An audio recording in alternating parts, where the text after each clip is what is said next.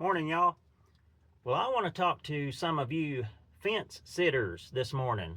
Some of you fence sitters who might be considering whether you ought to start a certain thing in life or not at this point in your life. You know, that could be, if you're a certain age, that might be starting a business, or heck, it might even be starting a YouTube channel. If you're like me and have spent years and years watching YouTube, and maybe you've thought, well, maybe I should make a video. Maybe I should try that.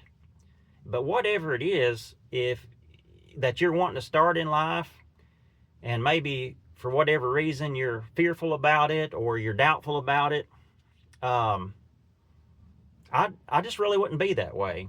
I would err on the side of taking that risk maybe and seeing what happens. Because, y'all, we only got one life to live, and we ought to maybe think about taking calculated risks and being able to see what comes of those. You might be surprised. Well, I have a text in hand that I have carried with me for several years. Not literally carried the text with me, but in my mind. I've had this with me throughout my life. I read it several years ago. Some of you may be familiar with it. It's just one of those texts that have stuck with me, and I'm sure you guys know what I'm talking about.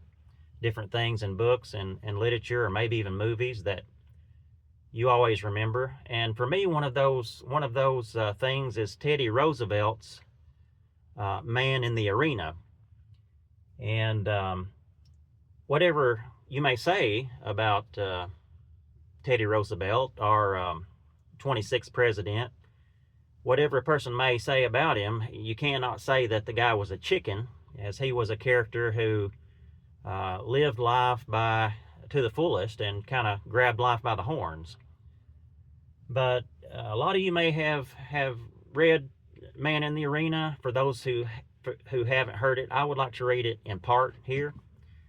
Man in the Arena, and he says, "It is not the critic who counts, not the man who points out how the strong man stumbles, or where the doer of deeds could have done them better.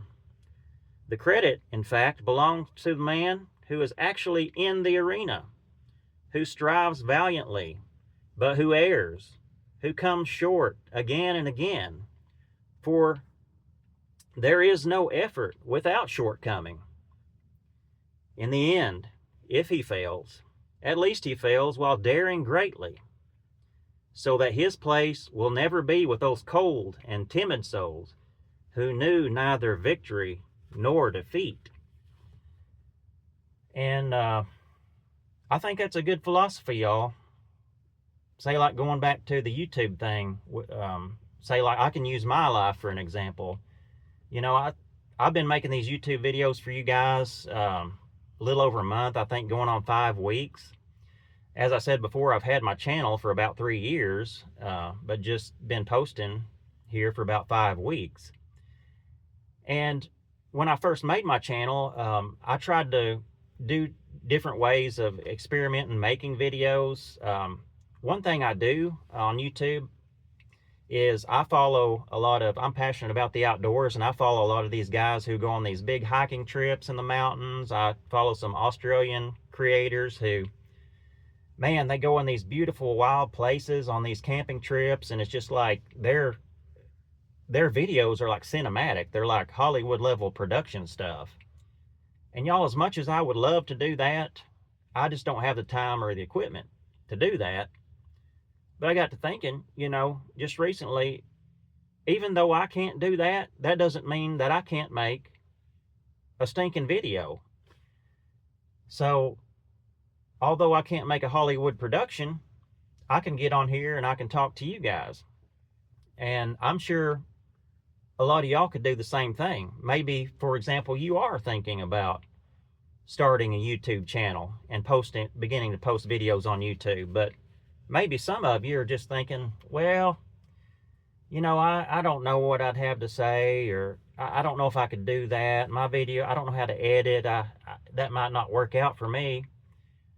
Well, don't sell yourself short, because especially, anybody can make a YouTube video. Somebody will find value in it somewhere, because YouTube is huge. It's a big place.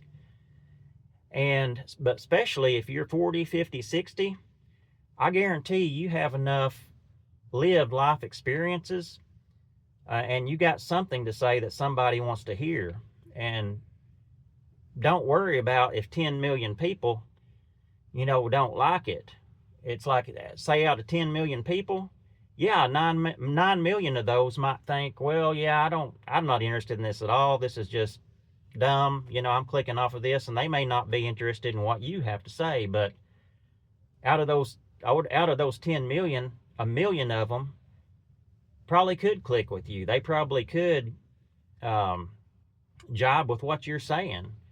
The unique perspective that you bring to whatever subject it may be that you want to talk about, whatever observation or skill you can share, whatever story or life experience you may be able to share. There's someone out there who probably wants to hear what you have to say.